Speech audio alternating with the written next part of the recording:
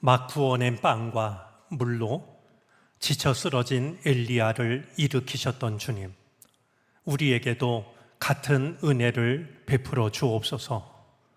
동일하신 긍휼을 허락해 주옵소서. 예수 그리스도의 이름으로 기도를 드립니다. 아멘. 얼마 전에 세상을 떠난 김민기라는 가수가 있습니다. 그가 불렀던 노래 중에 상록수라는 노래가 있는데 그 가사에 보면 다시는 오지 말라고 이런 가사가 있습니다. 우리에게는 지난 시간을 되돌아보면 다시는 오지 않았으면 좋겠다, 이런 일들이 있습니다. 되짚어보면 그런 일은 우리 생애에 또다시 반복되지 않았으면 좋겠다, 그런 일들이 있죠. 각자마다 다르겠지만 우리 모두가 경험한 일도 있습니다. 우리는 불과 얼마 전에 때로는 예배를 드리지 못하기도 했고, 예배를 드릴 때에도 의무적으로 마스크를 쓰고 예배를 드려야 했습니다. 말씀을 전하는 저도 마스크를 쓰고 그 어색함과 그 무거운 마음을 견디기가 참 어려웠는데요, 우리의 생각과는 달리 또다시 코로나가 확산이 되고 있다라는 이야기가 들려옵니다. 오늘도 마스크를 쓰신 분들이 많이 계신데요, 건강에 유의하시기를 바라고 이 기간을 건강하게 잘 보내실 수 있기를 바랍니다. 이번 주에 광복절이 있습니다. 광복, 그야말로 빛을 회복시켜 주신 날인데요, 하나님의 선물이었습니다. 하나님의 선물로 깊은 어둠 속에서 빛을 되찾게 되었는데, 이 나라와 민족이 다시 그 빛을 잃어버리는 일이 없게 되기를 바랍니다. 우리가 나라와 민족을 위해서 더욱 기도하고 깨어 있어서 어둠에서 우리를 꺼내주셨는데 또다시 어둠 속으로 빠져드는 일이 생기지 않도록 우리가 더욱 기도할 수 있기를 바랍니다.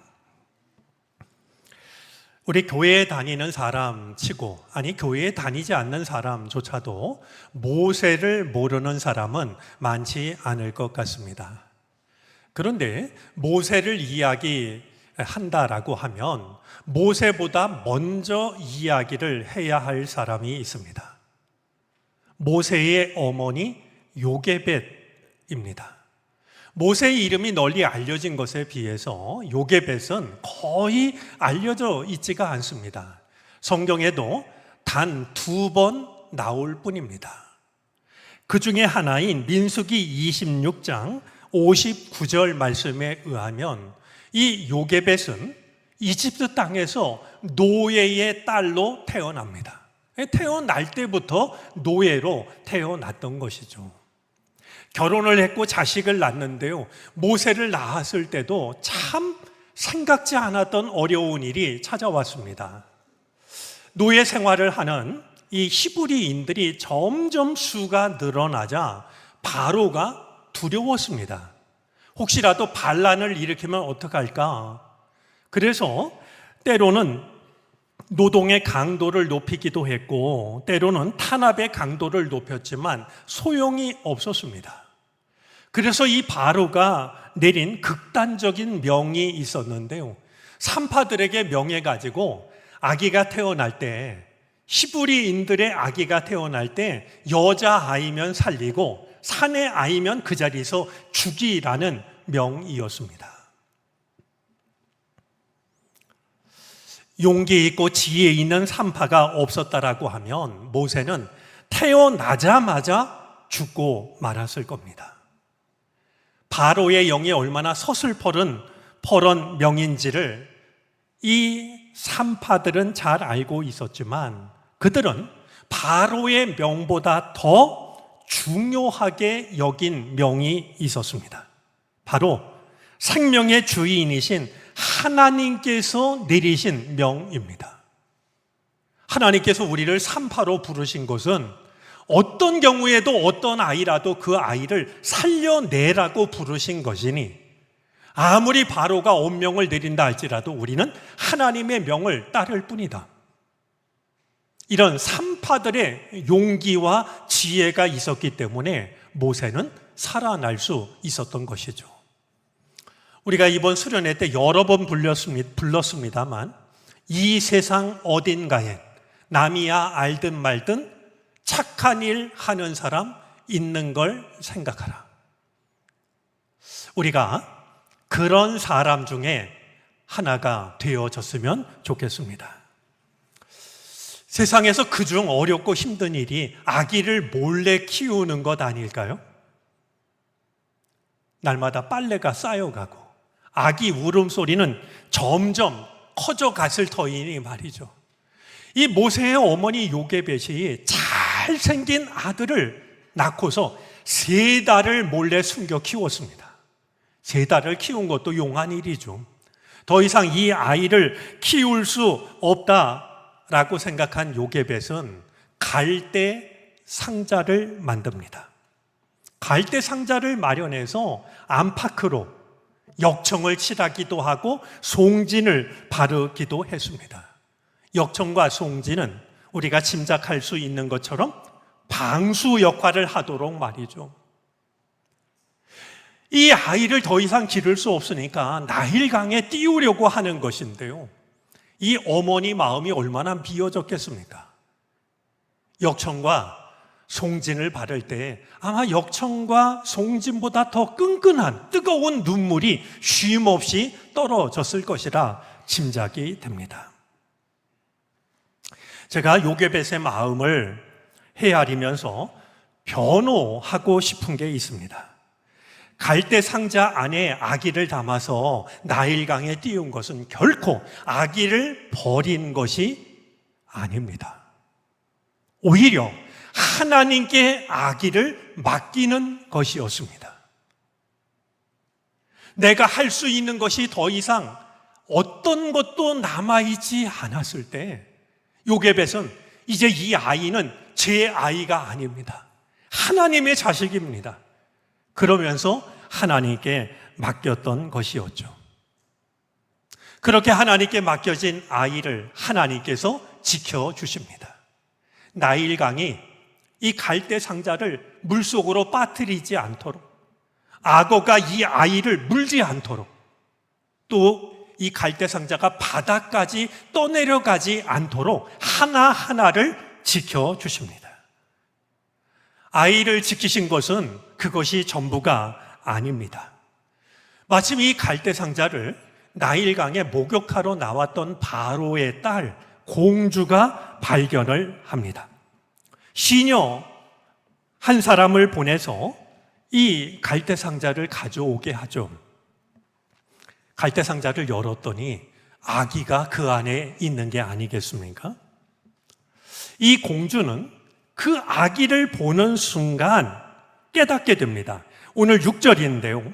이 아이는 틀림없이 히브리 사람의 아이로구나. 왜냐하면 아버지가 내린 명령을 지금 나라에서 돌아가고 있는 형편을 바로의 딸이 모를 리가 없기 때문이죠. 바로 그 순간 이 공주의 마음 속에 아이를 불쌍히 여기는 마음을 하나님께서 넣어주십니다.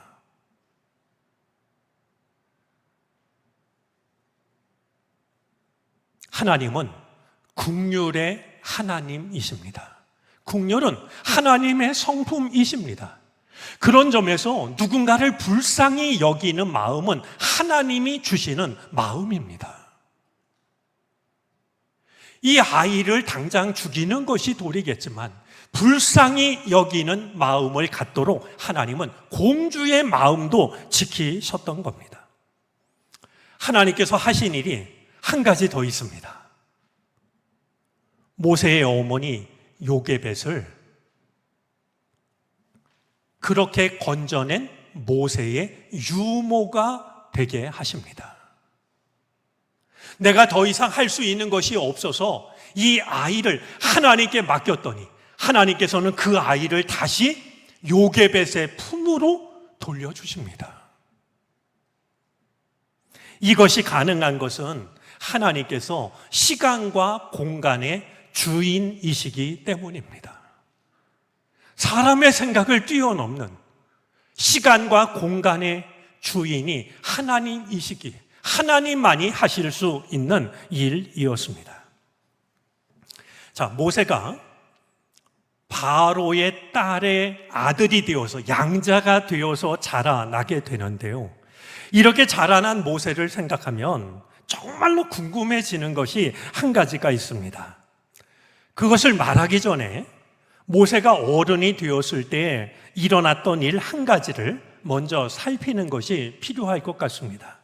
그 이야기가 오늘 본문 바로 뒤에 11절부터 15절까지 이어지는데요. 어른이 된 모세가 어느 날 왕궁 바깥으로 나갑니다. 나가보니까 히브리 사람들이 중노동을 하고 있습니다.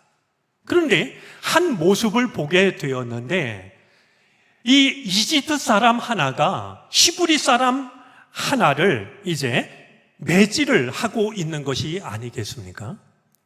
모세가 그걸 보았습니다.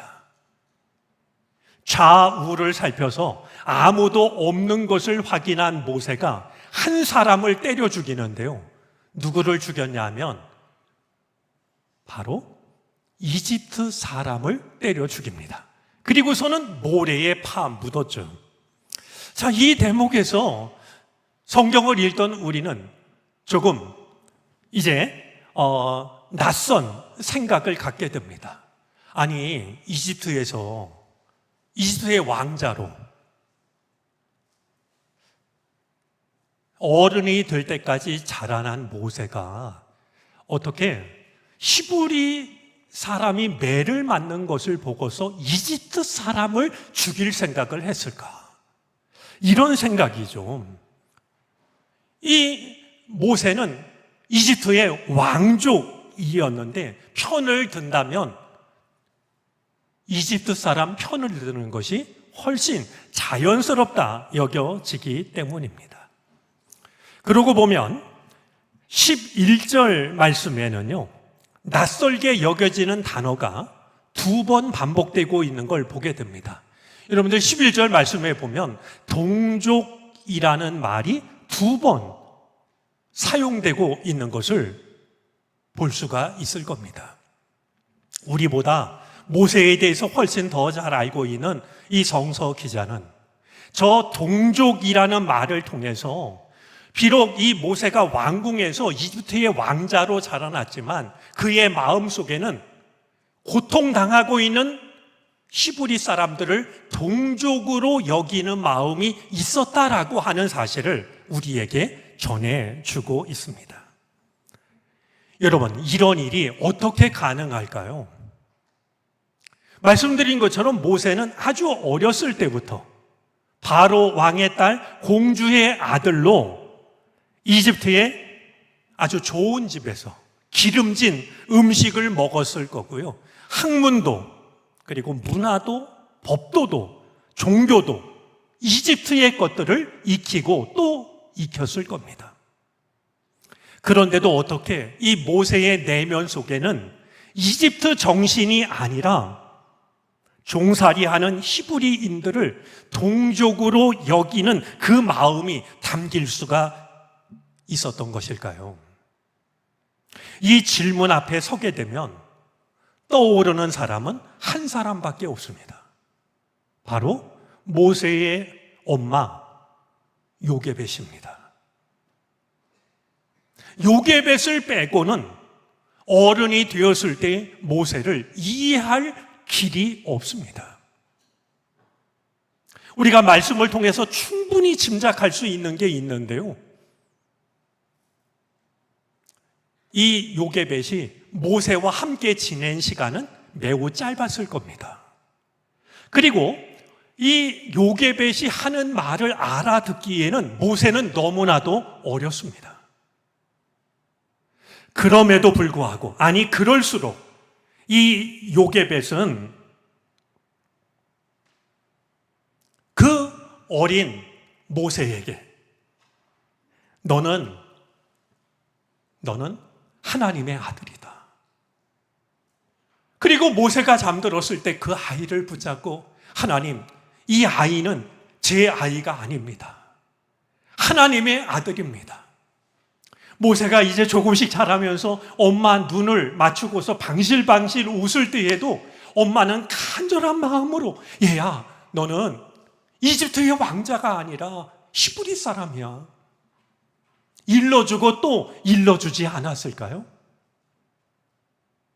낙숫물이 바위를 뚫듯이 말이죠. 어쩌면 모세는 잠을 자다가 뭔가 얼굴이 이상해서 눈을 떠보면 엄마가 자기를 붙잡고 뜨거운 눈물을 흘리면서 기도하는 모습을 여러 번 보았을 겁니다.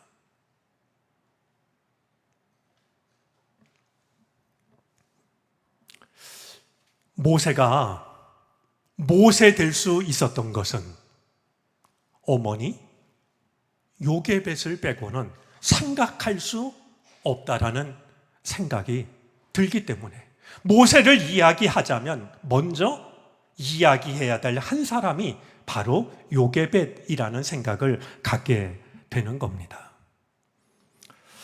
오늘 잠깐 광고에도 나와서 좀 머쓱했는데요.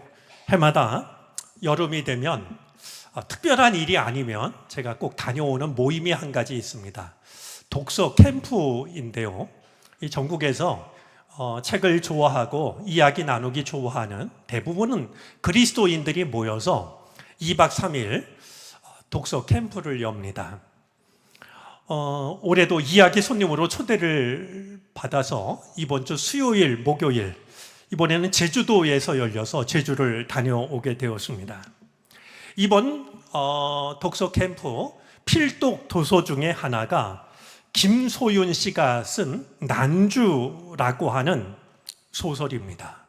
제가 우리 교우들에게도 한번 기회가 된다면 꼭 이 책을 읽어보세요 권하고 싶은 그런 책입니다. 이 독서 캠프와도 관련이 있고 사실은 오늘 말씀과도 관련이 있어서 제가 이 책을 열심히 읽었습니다.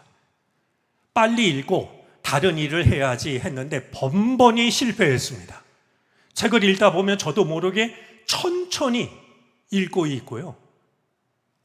색연필로 밑줄을 긋고 어떤 대목에서는 마음이 너무나도 먹먹하고 눈물이 나서 더 책을 읽지 못하고 책을 덮었던 적도 여러 번입니다.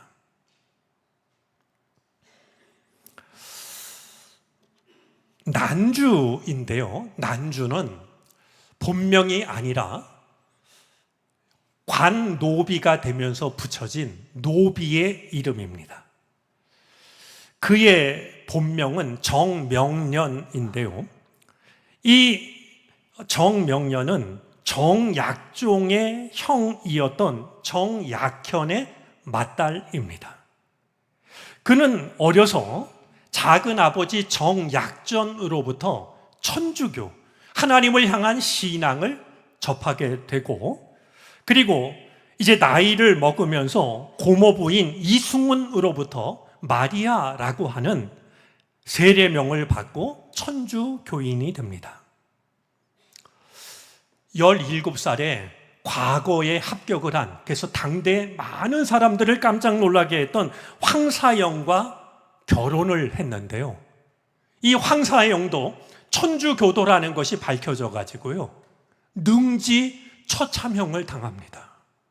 능지처참이라는 것은 몸을 갈갈이 찢어서 죽이는 극형이었는데요. 그것으로 끝나지 않고 이 황사영의 가족들은 전부 유배를 가게 됩니다. 그 명문가에서요, 노비 집안으로 전락을 해가지고 뿔뿔이 흩어지는 거예요. 그때 얻은 이름이 바로 난주인데요. 이 난주는 2살 난 아들을 데리고 2살 난 아들을 업고 서울에서부터 제주도까지 노비로 끌려갑니다. 마치 굴비 엮듯이 줄줄이 손으로 묶어가지고요, 그 길을 걸어가요.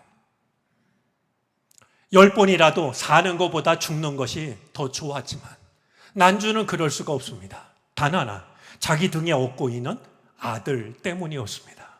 온갖 수모와 고초를 당하면서 그 길을 걸어가게 되죠. 제가 오늘 난주 이야기를 하는 것은요, 이 난주가 요게벳과 너무나 닮은 점이 있다라고 여겨지기 때문입니다. 이 땅에 살았던 한 여인의 삶이 요게벳과 너무나도 닮았다라는 마음 때문입니다. 두 가지 점에서 그러는데요. 하나는 아들을 버리는 일입니다. 요게벳이 아들을 더 이상 키울 수 없어서 갈대 상자에 담아서 강에 띄웠던 것처럼 난주도 어려운 결정을 합니다. 배를 타면 제주로 가기 전에 추자도에 들린다라는 말을 듣고 난주가 놀라운 생각을 하게 됩니다. 아들을 버려야지.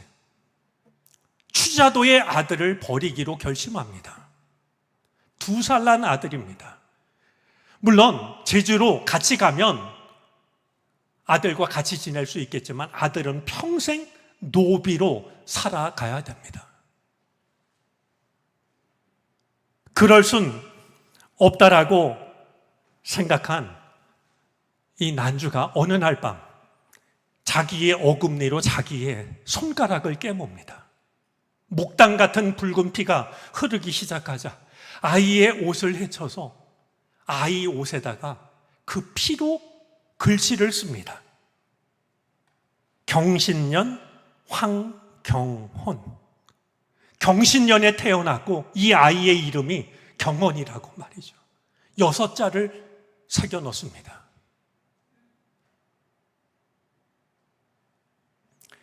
마침 난주에게 책을 잡힌 한 나졸이 있었는데요.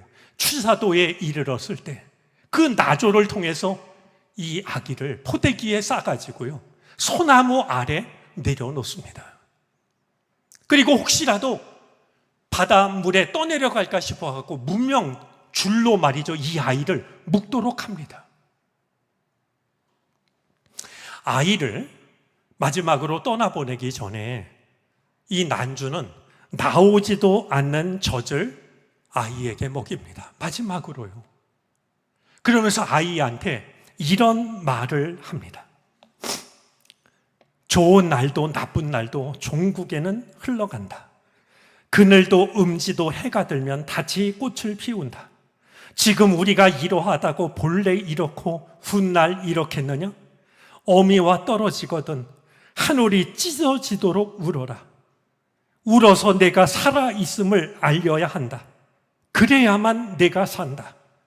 그 울음을 주께서 들으실 것이고 사람의 귀가 들을 것이고 종국에는 인정이 움직일 것이다.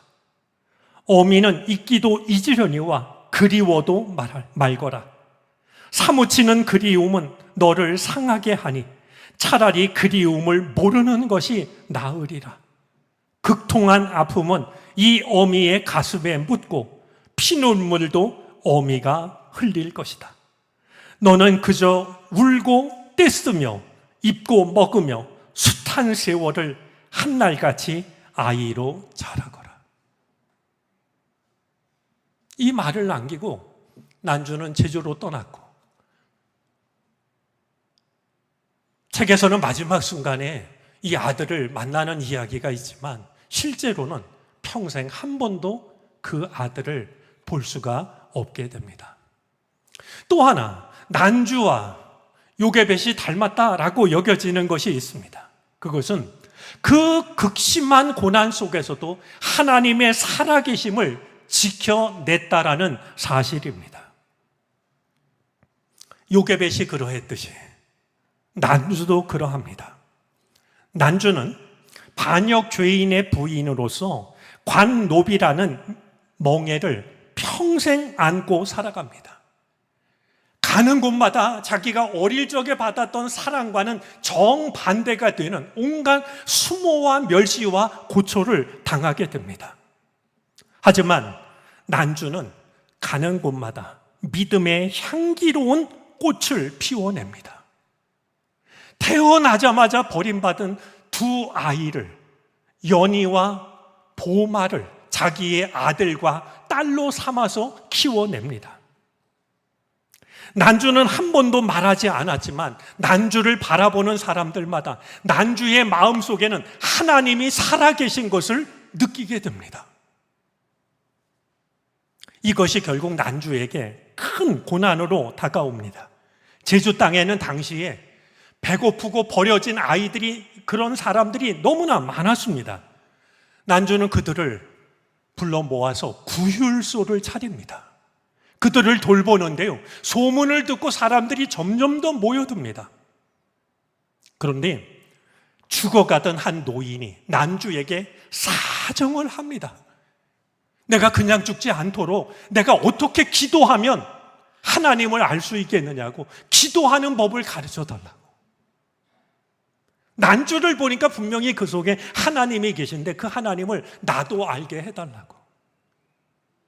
난주가 청을 거절하지 못하고 기도하는 법을 가르치는데요, 가슴이 뜨거워진 난주가 그동안 마음에만 담아두었던 하나님을 향한 신앙을 담대하게 이야기합니다.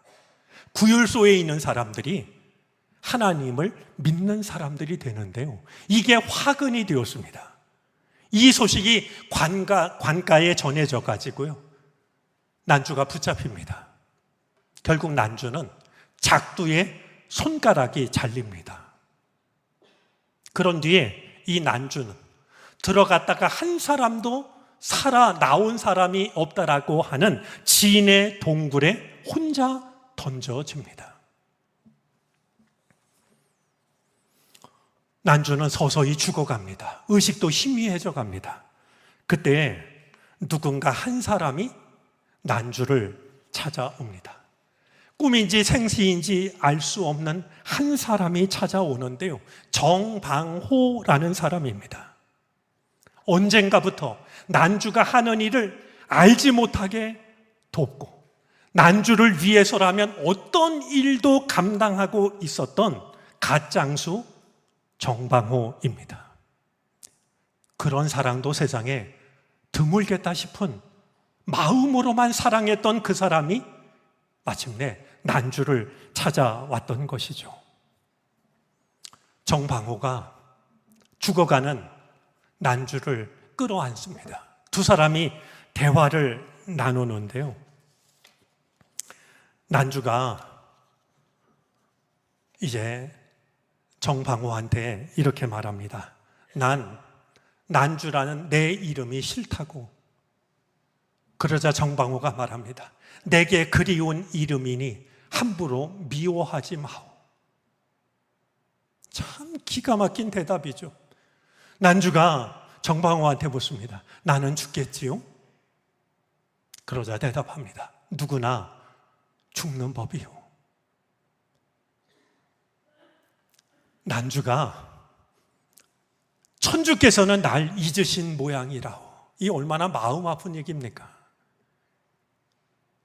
아무래도 하나님이 날 잊으신 것 같다고 그렇게 말하자 정방호가 이렇게 대답합니다. 그대가 잊을 때에도 하늘의 왕은 그대를 잊지 않을 것이요. 한 번도 신앙을 가진 적이 없었던 정방호가 이런 말을 하니까 난주가 깜짝 놀라서 하늘의 왕을 아시오? 물었습니다. 그때 정방호가 이렇게 말합니다. 그대를 보면 알 수 있어.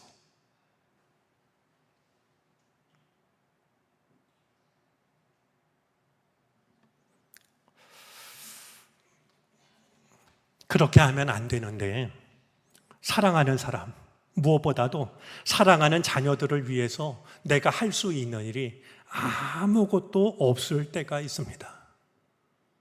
요게벳처럼, 난주처럼 말이죠. 그럴수록 우리가 요게벳이 지켰던 그 믿음을, 난주가 지켰던 그 믿음을 우리도 지킬 수 있었으면 좋겠습니다. 내가 죽고서 내가 산다면 하는 심정으로 끝까지 믿음을 지켜낼 수 있었으면 좋겠습니다. 요게벳과 난주가 그러했듯이 우리를 바라보는 사람들이 우리 안에 하나님께서 살아계시다는 사실을 발견할 수 있었으면 좋겠습니다. 그래서 포기하려고 했던 자신의 생을 다시 마음을 다잡고서 최선을 다해서 살아가게 되는 일들이 우리를 통해서 이어질 수 있었으면 좋겠습니다. 그 믿음이 우리가 사랑하는 사람들, 누구보다도 우리들의 자녀들에게 이어져서 비록 고난의 시대를 산다 할지라도 그들 또한 하나님의 아들, 하나님의 딸로서 복된 삶을 살아가게 되는 은총이 우리 모두에게 함께 하시기를 바랍니다. 기도하겠습니다. 헤아리기 힘든 고난과 고통 속에서도 끝까지 믿음을 지킨 하나님의 살아계심을 드러낸 요게벳과 난주의 믿음을 배우고 싶습니다. 그 믿음으로 우리가 사랑하는 누군가가, 특별히 우리의 자녀들이 하나님의 사람으로 살아가게 하시옵소서. 예수 그리스도의 이름으로 기도드립니다.